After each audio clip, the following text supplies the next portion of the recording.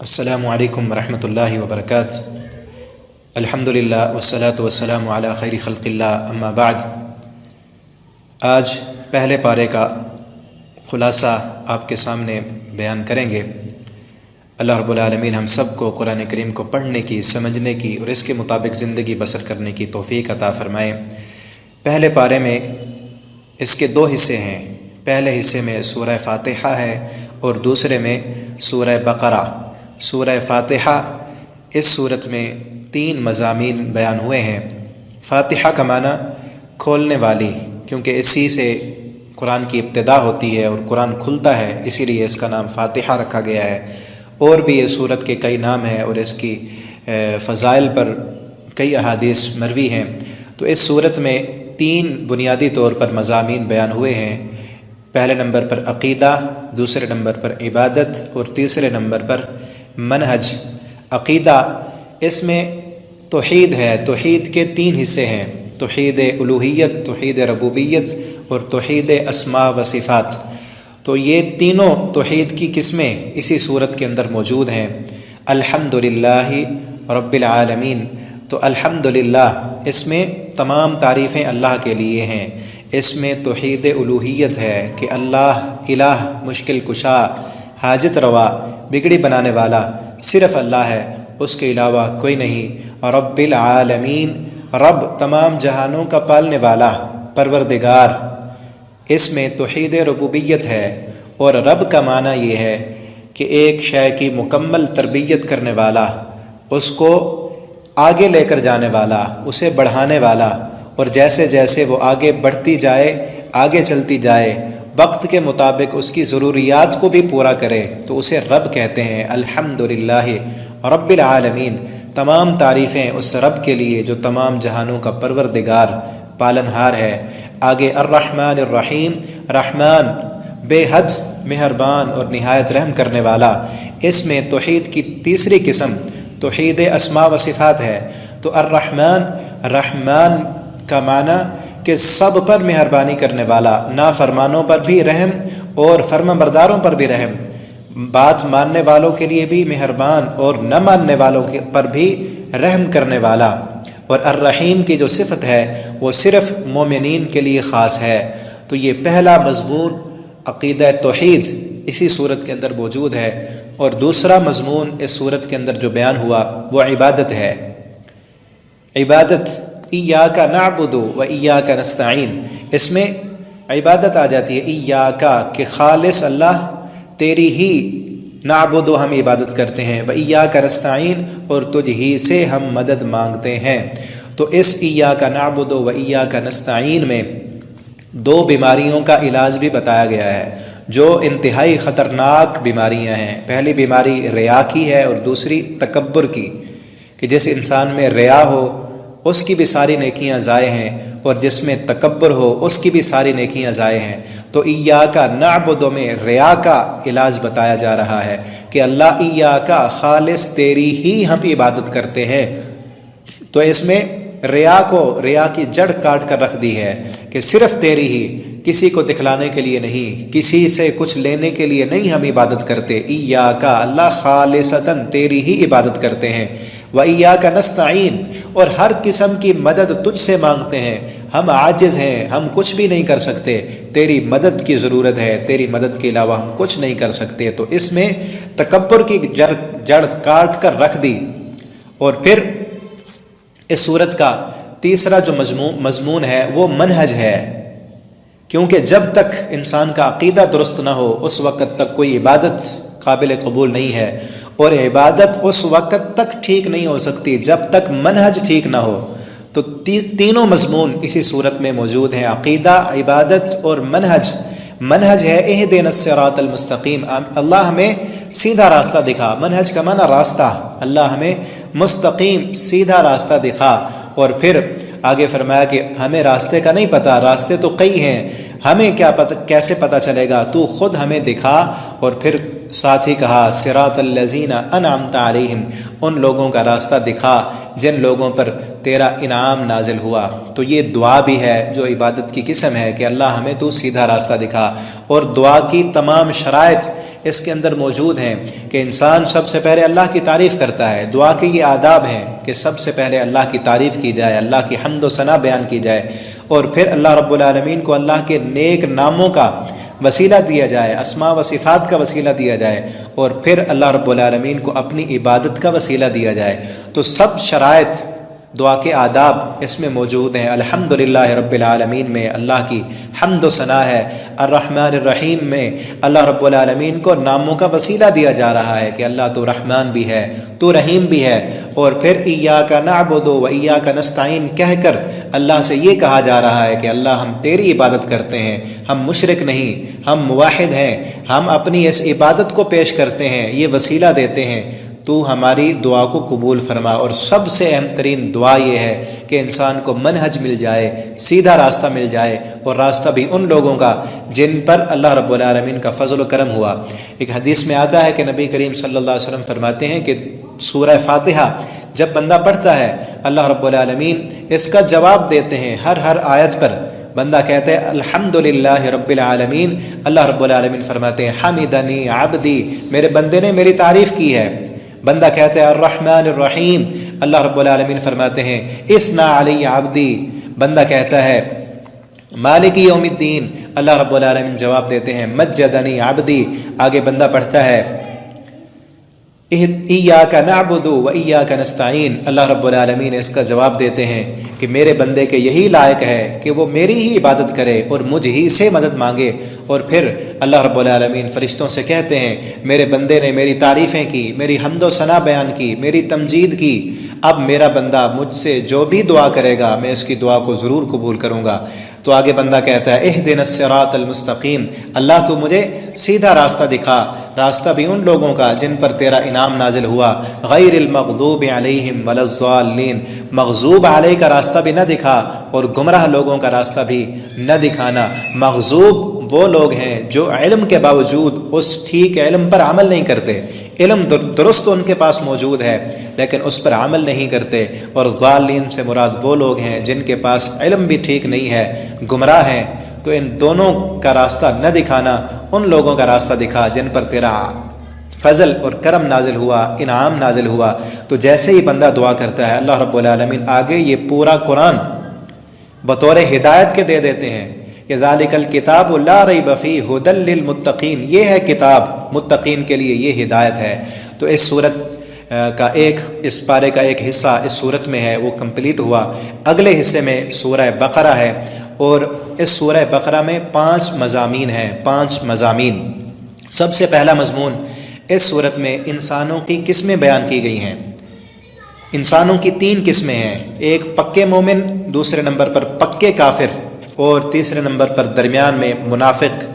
ان تینوں قسم کے انسانوں کا ذکر کیا گیا ہے۔ پہلے نمبر پر مومنین کی 5 صفتیں بیان کی گئی ہیں کہ ایمان بالغیب رکھتے ہیں، اللہ کو بن دیکھے مانتے ہیں، جنت جہنم کو نہیں دیکھا اس پر ایمان رکھتے ہیں، اور یقیمون الصلاۃ نماز قائم کرتے ہیں، اور اللہ کے راستے میں خرچ کرتے ہیں، کتابوں پر ایمان لاتے ہیں، اور آخرت پر یقین رکھتے ہیں۔ اس کے بعد کافروں کا ذکر کیا گیا ہے جو پکے کافر ہیں کہ ان کے دلوں پر، ان کے کانوں پر مہر ہے، ان کی آنکھوں پر پردے ڈال دیے گئے ہیں، وہ اب کبھی ایمان نہیں لائیں گے۔ اس کے بعد پورے ایک رکوع کو منافقین کی خصلتیں بیان کی گئی ہیں، ان کی بری خصلتیں کہ وہ جھوٹ بولتے ہیں، دھوکہ دیتے ہیں، مکر و فریب کرتے ہیں، فتنہ و فساد مچاتے ہیں، جاہل ہیں، دل کے مریض ہیں، زبان سے کچھ کہتے ہیں دل میں کچھ اور ہوتا ہے، مومنوں سے ملتے ہیں تو ہم کہتے ہیں قالوا آمنا، اور جب دوسرے لوگوں کے ساتھ، یہودیوں کے ساتھ، کافروں کے ساتھ ملتے ہیں تو ان سے کہتے ہیں کہ ہم تمہارے ساتھ ہیں۔ ان منافقین کی قسمیں بیان کی گئی ہیں۔ تو یہ 3 قسمیں انسانوں کی بیان اس لیے کی گئی ہیں کہ پکے مومن بن جائیں، اور اللہ تعالی ہم سب کو، سننے والوں کو پکا مومن بنا دے، وہ خوبیاں ہم میں پیدا فرمائے جو پکے مومنوں کی ہیں۔ اور پھر دوسرا مضمون اس صورت میں، اس پارے میں جو بیان ہوا ہے وہ قرآن کا معجزہ ہے، قرآن کا اعجاز، کہ قرآن معجز کر دینے والی کتاب ہے۔ اور وہ اس سے شروع ہوا کہ یا ایھا الناس اعبدوا ربکم الذی خلقکم، اے سب انسانوں، سارے لوگوں، اعبدوا ربکم، اپنے پروردگار کی عبادت کرو جو تمہارا رب ہے، جس نے تمہیں پیدا کیا ہے۔ اور پھر اگر تمہیں شک ہے نا، تم اللہ کی عبادت نہیں کرتے، تمہیں یہ شک ہے کہ یہ قرآن اللہ کی کتاب نہیں ہے، تو پھر اللہ تعالیٰ فرماتے ہیں وَإِن كُنتُمْ فِي رَيْبٍ مِّمَّا نَزَّلْنَا عَلَىٰ عَبْدِنَا، اگر تم میری عبادت نہیں کرتے، تمہیں یہ شک ہے کہ محمد صلی اللہ علیہ وسلم پر جو قرآن نازل ہوا یہ اللہ کی طرف سے نہیں ہے، تو فَأْتُوا بِسُورَةٍ مِّن مِّثْلِهِ، تم بھی اس جیسی صورت بنا کر لاؤ، پیش کر دو، دکھا دو۔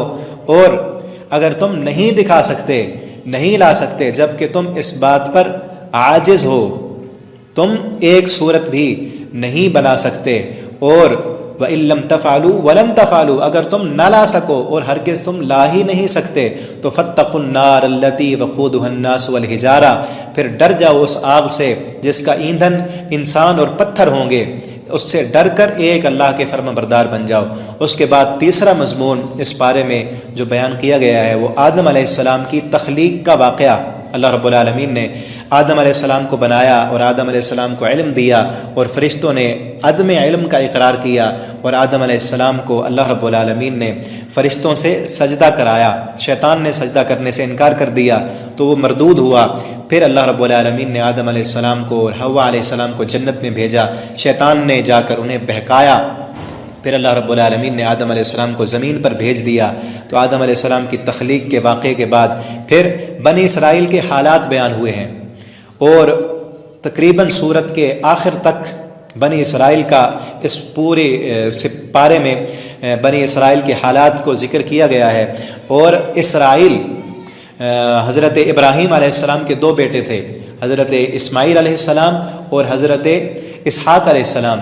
حضرت اسحاق علیہ السلام کے بیٹے تھے حضرت یعقوب علیہ السلام، تو حضرت یعقوب علیہ السلام کا لقب تھا اسرائیل، تو ان کی اولاد کو بنی اسرائیل کہا جاتا ہے۔ اور اسی صورت میں اس پارے کے اندر 3 دفعہ یا بنی اسرائیل کہہ کر ان سے خطاب کیا گیا ہے، اور اس صورت کا نام جو سورہ بقرہ ہے وہ بھی اس بنی اسرائیل کے اندر ایک گائے کا دلچسپ واقعہ ہے، اسی وجہ سے اس صورت کا نام سورہ بقرہ رکھا گیا ہے۔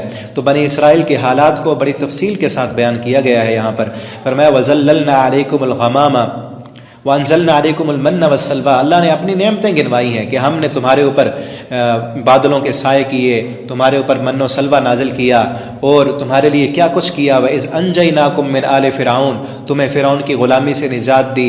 يُذَبِّحُونَ أَبْنَاءَكُمْ وَيَسْتَحْيُونَ نِسَاءَكُمْ، جو تمہارے عورتوں کو زندہ رکھتے تھے، تمہارے بیٹوں کو وہ قتل کر دیتے تھے، ہم نے تمہیں اس سے نجات دی۔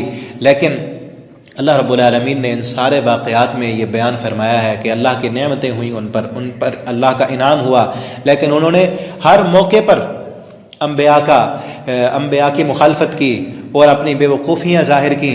کبھی کہتے تھے کہ اے موسیٰ ربنا ارنا، ہمیں اپنے رب کو دکھا، وَإِذْ قَتَلْتُمْ لَن نُؤْمِنَ لَكَ وَإِذْ قُلْتُمْ یا موسیٰ لن نؤمن لك حتى نرى اللہ جہرا، موسیٰ علیہ السلام سے کہتے ہیں موسیٰ ہم کبھی نہیں مانیں گے، کبھی ایمان نہیں لائیں گے، حتی نرى اللہ جہرا، یہاں تک کہ ہم اللہ کو سامنے دیکھیں گے اپنی آنکھوں کے ساتھ، یا ایسے تو پوری کتاب لے کر آ پھر ہم مانیں گے۔ اور کبھی کہتے یا موسیٰ لن نصبر على طعام واحد فادع لنا ربک، اے موسیٰ ہم ایک کھانے پر ہم صبر نہیں کریں گے، تو اللہ سے کہے کہ وہ زمین سے ہمارے لیے اور چیزیں اگائے، جبکہ آسمان سے پکا پکایا کھانا ان کے پاس آتا تھا، لیکن انہوں نے نہیں مانا۔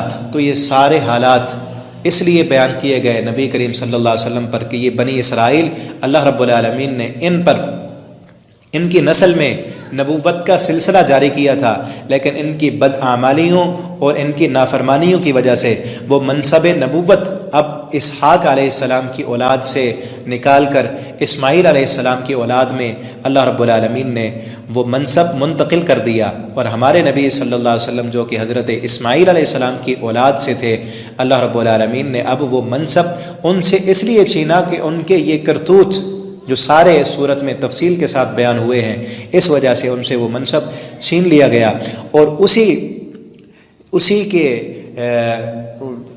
اسی منصب کو آگے منتقل جب حضرت اسماعیل علیہ السلام کی اولاد میں ہوا وہ منصب، تو اللہ رب العالمین نے آگے ابراہیم علیہ السلام کا ذکر کرتے ہوئے فرمایا وَإِذْ يَرْفَعُ إِبْرَاهِيمُ الْقَوَاعِدَ مِنَ الْبَيْتِ وَإِسْمَاعِيلُ، تو آگے یہاں سے اس صورت کا اس پارے کا چوتھا مضمون ذکر ہو رہا ہے کہ ابراہیم علیہ السلام کا قصہ ذکر کیا کہ جب ابراہیم علیہ السلام بیت اللہ کی بنیادوں کو کھڑا کر رہے تھے۔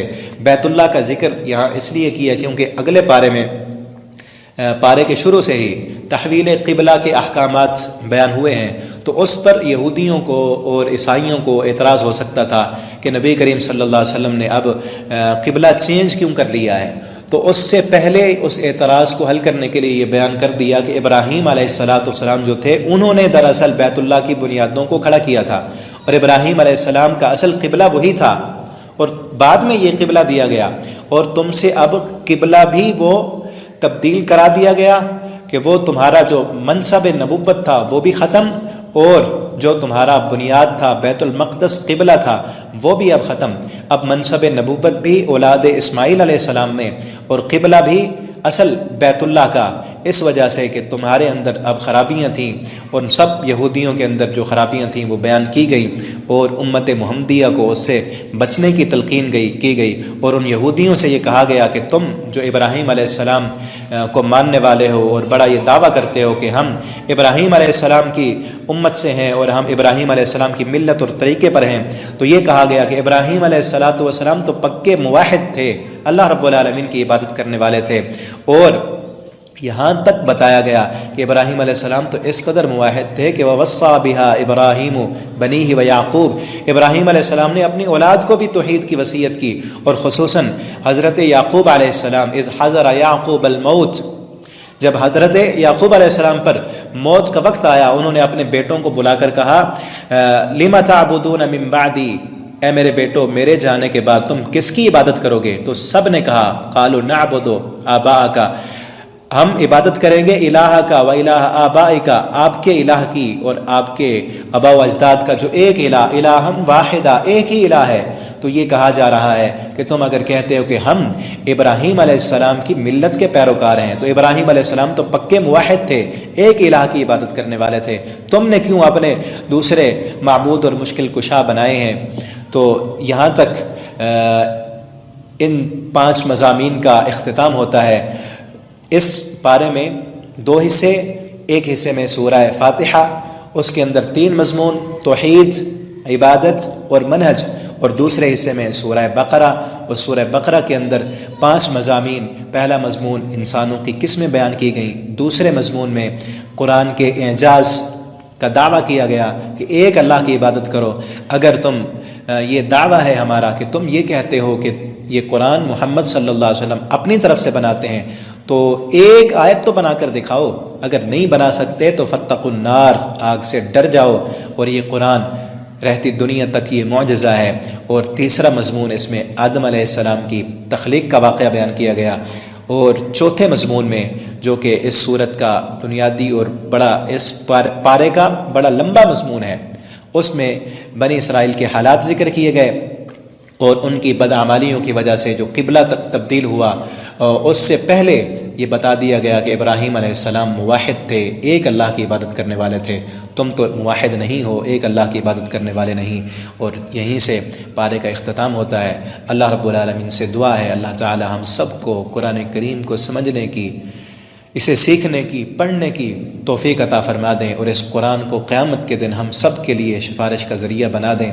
انشاءاللہ ہر روز ایک ایک پارے کا خلاصہ بیان کیا جائے گا، مختصر، انتہائی مختصر انداز میں، جس طرح اب مختصر انداز میں بیان کیا ہے۔ آپ سب دوستوں سے، بھائیوں سے، مسلمان بہنوں سے، ماؤں سے یہ گزارش ہے کہ آپ باقاعدگی کے ساتھ ان کو سنیں اور دوستوں کے ساتھ اسے شیئر کریں، اور تاکہ آپ کے لیے بھی یہ صدقہ جاریہ بن سکے۔ اور آپ اس چینل کو اگر آپ نے سبسکرائب نہیں کیا تو اسے بھی سبسکرائب کر لیں، تاکہ روز بر وقت آپ کو ہر پارے کا خلاصہ ملتا رہے۔ اللہ رب العالمین ہم سب کا حامی و ناصر ہو۔ والسلام علیکم ورحمۃ اللہ وبرکاتہ۔